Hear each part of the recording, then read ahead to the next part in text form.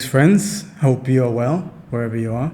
In this video, I want to talk about why today is the perfect time to start your home care agency. You might say to me, Mufaro, the economy is in the toilet. Things are horrible. I can't find money to fund my home care business. I'm barely making it in this job. OMG, what should I do? Well, I'm here to tell you and give you good news that this is still the perfect time. In fact, this is a better time to start your home care agency than it was when the economy was doing well. Let me explain to you why. There's a trend that happens in economies. If you study economics, if you look at the last 100 years, most of the big businesses that exist right now were started during the recession. And majority of those businesses that were started during the recession were started by immigrants. Why is this? There's a correlation. When times are good, there's a lot of money in circulation. Just stick with me here. I have a point that I'm trying to make. Stick with me here to the end because I have a point that I want to make here. This is really, really important. When times are good, money is cheap, which means that there's going to be a lot of people who are fake, who don't really know what they're talking about, that can get access to financing pretty easily. So what they end up doing is they end up building their businesses using cheap credit, which you might not be able to get because you're broke, maybe you're an immigrant, and you're at the bottom of the food chain. So what this means is this. Those people that got access to cheap credit and built these agencies thriving during good times, they skipped all the necessary steps that are required to be put in place when the economy is in the toilet. Let me explain one of those things. One of those things could be systems and processes for that agency are as efficient as possible. So if you have a lot of money, if you have a lot of access to credit, it means that you will probably not care about saving 10% on that software that you absolutely need for your accounting. Maybe you might not care about saving a little bit of cash on other bills that allow for you to be able to retain the best workers. So you don't focus on that because you got money, right? You're flush to cash. I see it all the time. And I also see this trend here in Africa where I'm at, is that there are a lot of people that are well connected politically and they have access to money, right? They will open a restaurant or business. Within 3 to 5 years, that business is already in the toilet because they don't know how to maintain that business past that 3 to 5 years because they got it easy. Somebody who got something hard and difficult is more likely going to be able to hold on to that thing for much longer than somebody who got it easy. You follow here?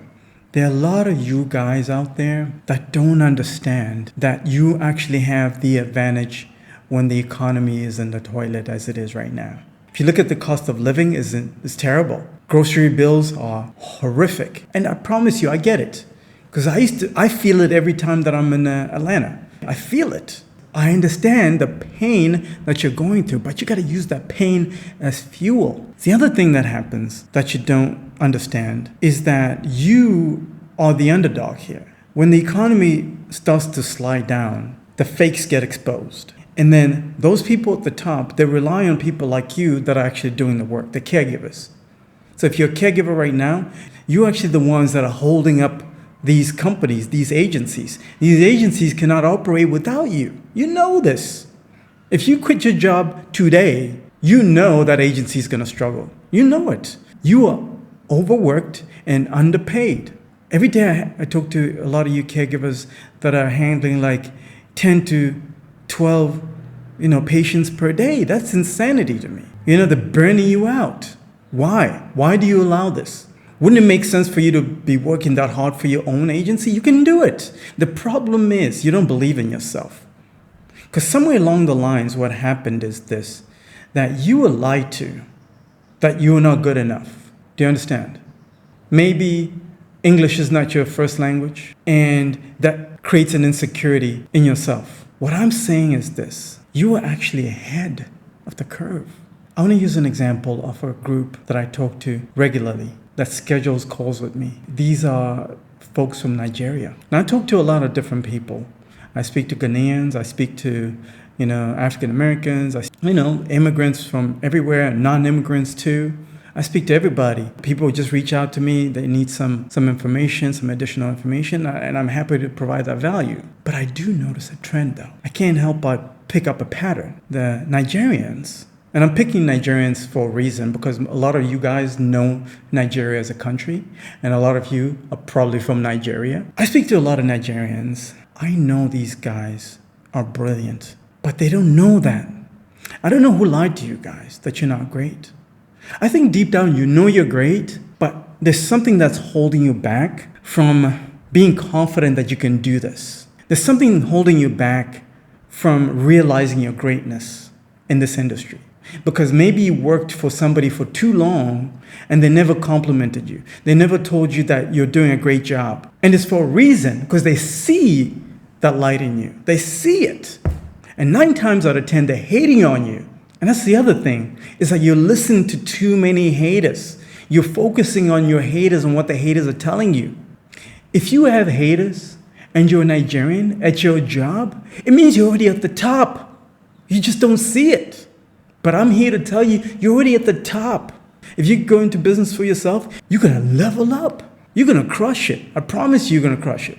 Because remember something, nobody attacks the bum. Nobody attacks the homeless guy. They always go for the king or the queen at the top. When you're at the top, you're going to get a lot of haters. I know this because I get haters all the time. I just lost an opportunity this week. It's a lot of money I lost this week. But instead of crying about it, I celebrated. Do you know why? A hater sabotaged a major opportunity for me. And I got excited. And I went to celebrate with my wife. It's because this hater validated me. And I love that. In fact, I went to pray and I thank God for it. I was like, God, thank you for this hater. That means I'm crushing it. That means I'm doing good. And you should be doing the same thing. When somebody is hating on you on your job, you need to go home and celebrate because they're validating how great you are. So that means when you go out on your own, you're already at the top. You just need the confidence. I'm here to tell you you're great because there's something that you guys forget. You came from the bottom. You're the underdog. I know what Nigeria looks like. Everybody knows what Nigeria looks like. No disrespect to Nigerians. I love you guys, but I'm not going to Nigeria because I've seen what it looks like. I live in Africa right now. It's not easy. The fact that you were able to level up from there to where you are now, you are the shit. Excuse my language. I had to say that because you need to hear it. You need to hear it because you're the man, you're the woman. You got what it takes. Because nobody's ever going to tell you that you're great. Because you've been listening to your haters too much. Use the haters as jet fuel to gas up your tank. I'm going to forgive this hater, but I'll never forget. I'm going to use that. Every time I hit the gym, every time I'm trying to close a new deal, I'm going to remember that hater. I'm going to be like, yeah, hater. Yes, you are motivating me right now. You don't even know how much motivation this hater gave me. That's how you should feel. The other thing you're forgetting is that in order for you to come from a place like that, trust me, I'm from Africa too. I know what it takes as an immigrant to go from there. Some of you had to learn the language from scratch. Some of you had to struggle to get that visa. Some of you had to struggle to get that money to get on the plane, to go over there where you were at. Some of you had to sleep on the floor. I remember very vividly. My first week in America, I slept on the floor. I have no problem going back to that because I remember what it felt like. It was a grind. It was the most beautiful grind. You forget that. And the other thing you forget is that just by you going from a different country to where you are now, you're immediately completely different. You're not average by any means. Every time you go to Nigeria, again, I'm using Nigeria as an example here. This applies to people from Ghana, people from the Caribbean. It applies to you too. Every time you go to Trinidad, every time you go to Jamaica, every time you go to Ghana, every time you go back home to Nigeria, you're at the top already. You're royalty over there.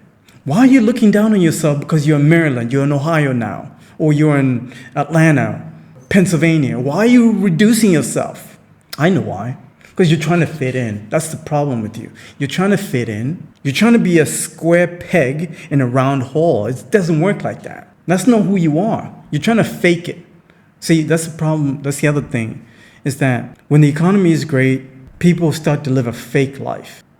And that's where you're coming up against a brick wall, because you're too busy worried about what your coworkers think about you. You're too busy worried about what your fake friend that you go to brunch with, she's hating on you, right? He's hating on you, right? The fake friend of yours that you go out drinking with every Saturday, telling you all kinds of BS. People, when they schedule a call with me, they say, well, I've heard, so-and-so told me this. And then I ask them, well, do they have a home care business? Are they running a business right now? Why are you listening to them? Why are you listening to somebody that doesn't have a home care business or that's not in business about how to do business? Why are you listening to them? Do you listen to your plumber on your health issues? Do you listen to your electrician about your teeth? Why are you listening to somebody that hasn't been through your struggle about how to level up in the struggle?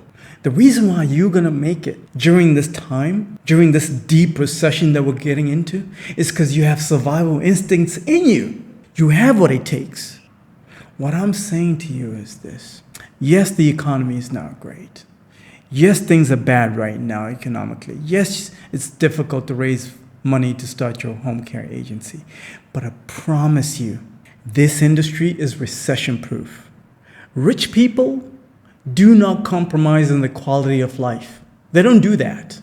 When a rich person needs the help, especially when times are getting more difficult, what tends to happen is all those people that were eating, that were living good, they became soft.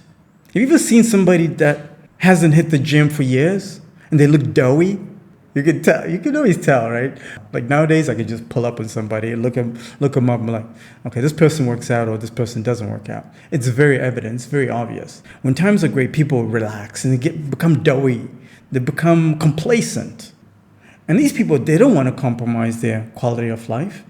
And those are the people you should be going after, because they have the money and they will pay anything. They'll pay anything to not compromise the quality of life they used to. They used to define the things in life. I did a video about the resort that I went to, and I only went there for dinner. I didn't stay there. I went there and had dinner for $115 per person. And I tasted the good life. And I realized that those people, if that's the life that they used to, they can't beat me in anything, because I know how to survive. If I have to reduce my quality of life down to the bare bones, to eating ramen noodles so I can build my business from scratch, I will do it. I have no problem doing it. And you shouldn't either too, because you remember what it was like. If you are somebody that understands what I'm saying, if you remember what it was like to eat ramen noodles, you can do it too. You can cut back on your cost of living right now. You probably have a car that you don't really need. Can you sell that car and get rid of that car note and buy a hoopty? Buy a $1,500 car with no car note, live frugally, be a minimalist, and channel all your money, all your cash into building your business. If you don't know how to do that, let me know. Just say yes in the comment section, and then I'll show you how to do it. Maybe I need to be doing some of these things practically so you guys can just copy everything that I'm doing from scratch. Maybe you need me to show you, because a lot of you guys have requested to pay me for mentorship, and I don't think there's value in you paying me for that. Save your money. I want you to save your money for the other things. It's probably easier for you to just copy everything that I'm going to be doing and just ask me questions along the way. I think the people that are going to make it in this business during the hard times and moving forward as we get into this recession are going to be immigrants, definitely at the top, the Nigerians, because you guys are hustlers. Caribbeans too, you guys are going to make it. Ghanaians, absolutely, and all the other immigrants. And then Black Americans, you guys are going to make it too, because you already have the survival instincts, like I said. A lot of you guys are RNs. You know how to do the job. You just need to know how to build a back end of things. You just need to know how to do the sales so you can get your own clients. You just need to know how to do your accounting so you can collect all the money yourself and cut out the middleman. You can do everything yourself. You're already doing the work anyway, so why not save yourself? And in addition to that, it's going to be the minimalist. If you are the type of person that is frugal, maybe you wear the same outfit every day, you don't just consume unnecessarily, you just don't buy stuff unnecessarily, and you like to save all your money, and you live very cheap. Maybe you rent a room instead of don't own a home, you don't have a mortgage, you're gonna make it, and you don't have friends, because that's the other thing that distracts a lot of people. They listen to too many people. It's too much noise. I don't have friends for a reason. You are my friends. That's why I call you hey friends. I don't listen to too many people like that. Like I know guys, right, that live in their cars, in a camper van. The van life, you've seen it on Instagram and YouTube. They live in a van. They have no expenses. Those guys live on like $12,000 a year. Have Wi-Fi, access to Wi-Fi, and just build your business from scratch. Traveling nurses are gonna make it too. You work out every day. That's the other thing. You gotta work out. You have to take care of your body so you can have the energy. Because a lot of you guys, you're definitely on the right track, mindset-wise, but your energy levels are low. You need to hit the gym every day, work out every day. It's going to give you that energy. With all of those things, those are the people that are going to make it when the times are tough. So are you that person? If you're not that person, you better find a way, because everybody else is going to eat your lunch. They're going to take you out of business. Because people are hungry out here. I know I'm starving. I hope you are. I hope you got some value from this video. Let's get after it. Keep going. And if you're interested in chatting a little bit more, if you have questions about how to get clients, if you have questions about how to complete your application process, your policy and procedures, I'll put a link to my calendar. Schedule time. Let's talk.